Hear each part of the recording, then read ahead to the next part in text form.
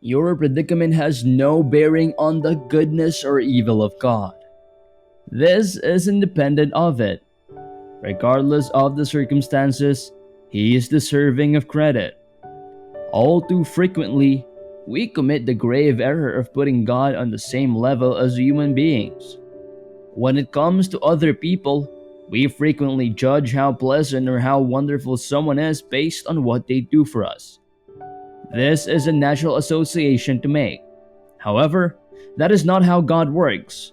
God may answer your prayer with a no because He loves you, and the reason He gives you that response will be because He is guarding you. You can be praying for what you believe you require, but the Lord might be shielding you from what the very thing that you are asking for because in the long term, that door, that relationship, or that car might not be what you need.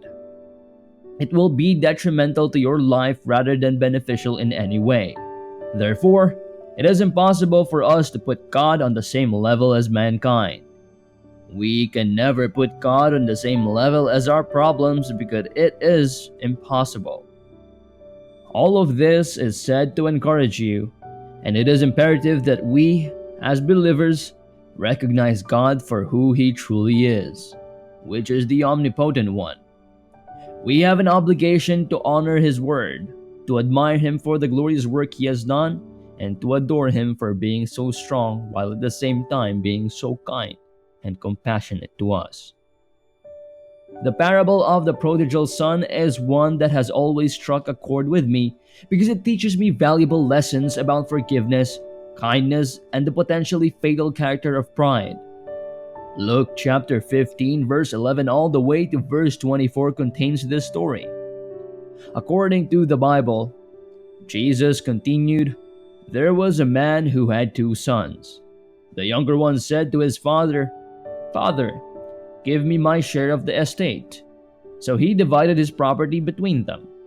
Not long after that, the younger son got together all he had, set off for a distant country, and there squandered his wealth in wild living. After he had spent everything, there was a severe famine in the whole country, and he began to be in need.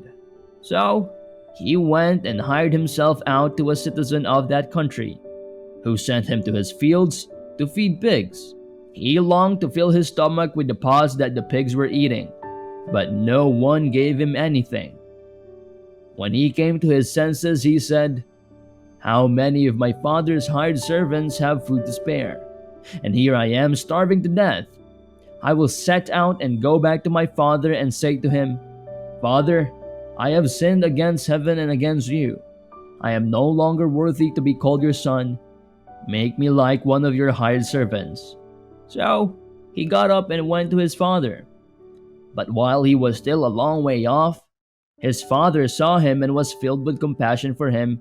He ran to his son, threw his arms around him, and kissed him.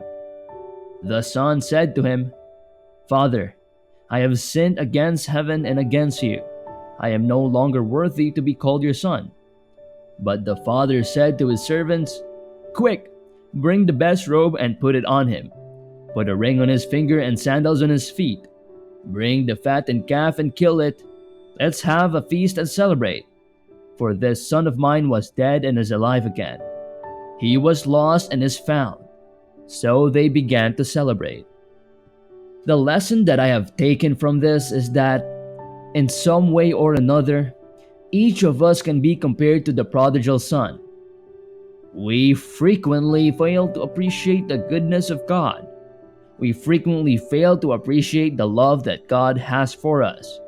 And we surely frequently fail to see the destructive power that pride possesses. We frequently fail to recognize the extent of blessings that we have been bestowed upon us.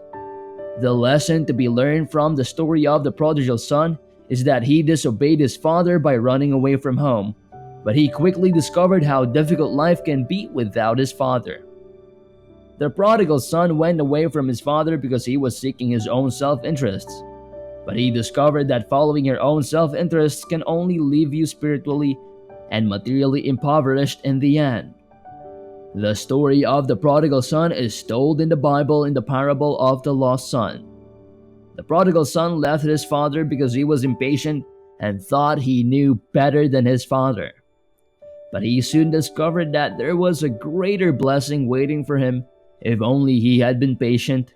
And finally, despite the prodigal son walking away, when he came back, when he asked for forgiveness and turned away from his sinful ways, the father welcomed him back with open arms.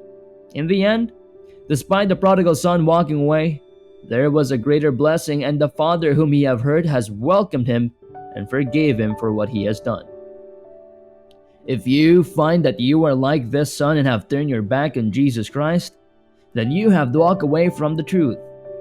I want to urge you to return to Jesus, because when I was growing up, there was one thing that I heard a lot, and that was the saying that God is good all the time, and all the time God is good.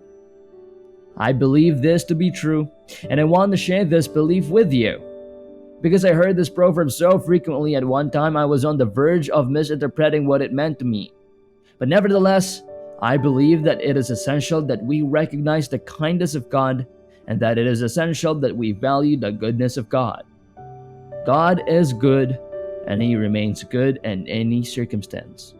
It is written in verses 8 through 11 of Psalm chapter 145.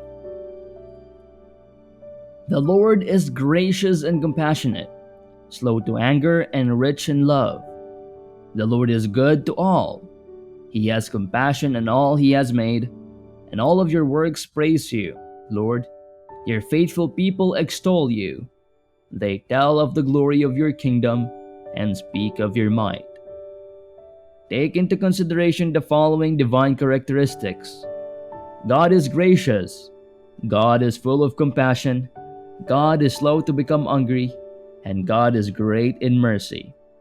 So how is it that we may deny that God is always doing what is right? Whether it's pouring down rain or the sun is shining brightly, the Lord is good.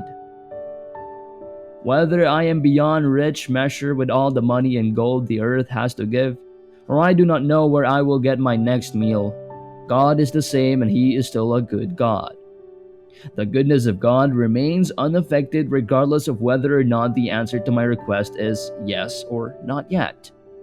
According to the 1 Chronicle 29 verse 11, Yours, Lord, is the greatness and the power, and the glory and the majesty and the splendor. For everything in heaven and earth is yours. Yours, Lord, is the kingdom. You are exalted as head over all. According to God's words, believers in God have an obligation to obey and honor their Lord. Do not put somebody on a pedestal or look up to them in any way. These instructions instruct those of us who believe in God to worship God and to make Him our sole focus in our hearts and minds. No matter what we are faced with, we should always seek the will of God and consider ways in which we can please and glorify Him. This demonstrates that we make room in our hearts for God to work in our lives. On the other hand, if we do not conduct ourselves in this manner but instead seek the counsel of those whom we esteem highly in worship and simply listen to what they have to say without questioning whether or not their viewpoints are in line with the truth and the will of God, then we put ourselves in danger of being misguided. If we believe that other people are more capable of solving our problems than God is, then we would seek the assistance of those individuals in every situation. Because God is the Creator, the source of life for all things, the one who continually supplies all things, and the one who rules over and oversees all creation. It is the law of heaven and earth that we creations adore God and obey His commands. Kings and Lord of Lords, the glory of God is beyond all we could possibly imagine. His authority is higher than everyone else's, and because of this, we should elevate Him by acknowledging how great He is, and by expressing our appreciation for His greatness through words, which are an extension of our thoughts and feelings.